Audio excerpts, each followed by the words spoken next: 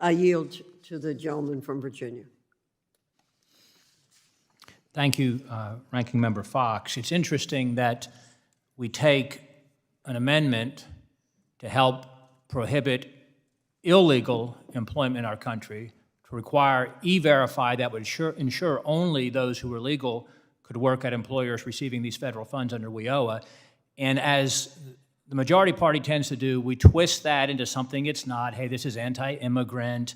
And we tell these stories of poor individuals who we have compassion for.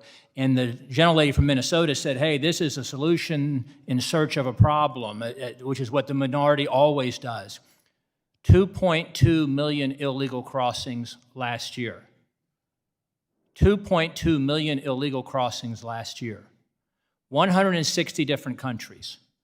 All of them coming across under the control of the Mexican crime cartels, who are making hundreds of millions of dollars off of sex trafficking, drug trafficking, human trafficking, child trafficking. I would submit that is genuinely a problem. And they come across because they're incentivized to do so.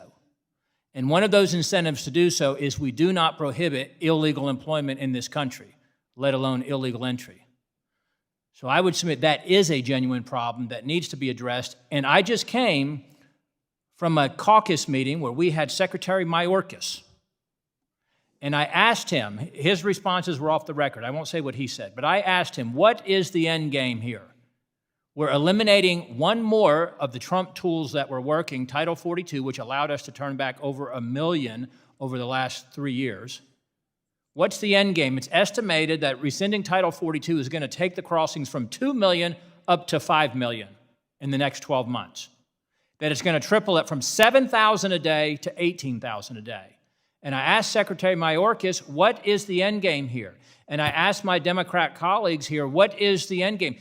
Do you think that's great that we'll have 5 million illegal crossings this year? Does that not matter to you? Do you not care about the sovereignty of our country? Do you not care about the culture of our country, preserving it? Do you think that not care about the American exceptionalism, think there's any value in preserving that? Do you think 50 million would be great? 5 million is no problem. 50 million would be great.